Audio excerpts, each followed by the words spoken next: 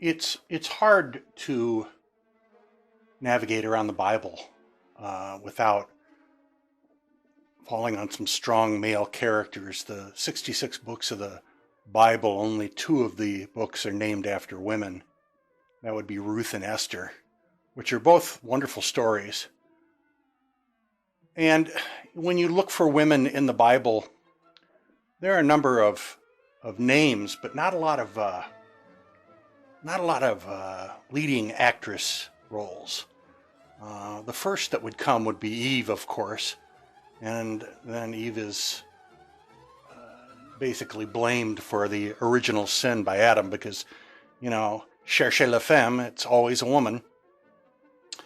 And after that, you get to Sarah, who is the elderly wife of the elderly Abraham, who has a child in her 90s because she has faith. There's Miriam, who's the sister to Moses, who really does do a lot to make sure that Moses survives the slaughter of the innocents in Egypt, and making sure that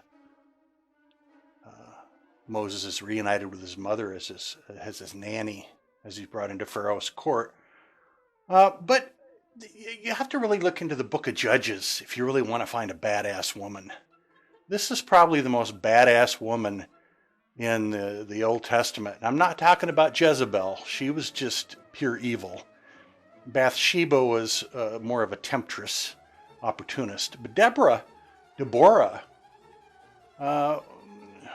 depending on whose interpretation you go by, lived around 100 years before King David, and she was the only female judge in the Old Testament.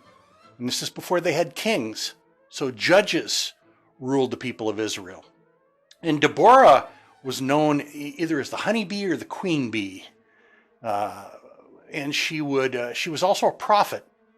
And she would she would prophesize seated beneath a date palm tree. And she had a good friend, a right hand by the name of Jael, a woman.